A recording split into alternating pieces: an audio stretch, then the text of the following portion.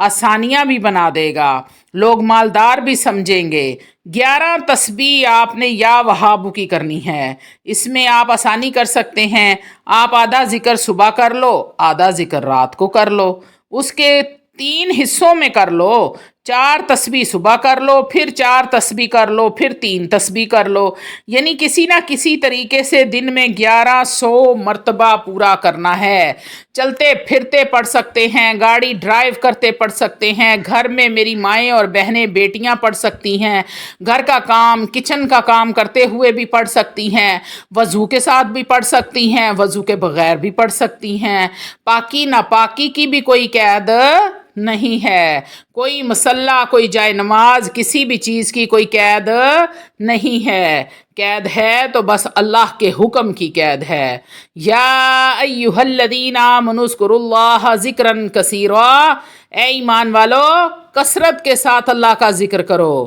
اللہ والو جب آپ یا اللہ یا وہاب کا ذکر کثرت کے ساتھ کرو گے تو اللہ رب العزت آپ پر رزق کے دروازے بھی کھولے گا اور آپ کے لیے آسانیاں بھی پیدا فرما دے گا۔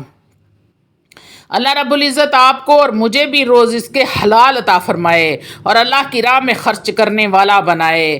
اللہ والو اس مہینے کی برکت سے فائدہ اٹھا لو، یہ اللہ کے محبوب کی آمد کا مہینہ ہے۔ اس مہینے میں کثرت کے ساتھ درود ابراہیم پڑھو، جتنا کم سے کم ربیع الاول کے مہینے میں اللہ والو 1 تسبیح تو بنتی ہے ہر نماز کے بعد کہ آپ درود ابراہیم پڑھیں اور اپنے نبی پر ہدیہ کریں۔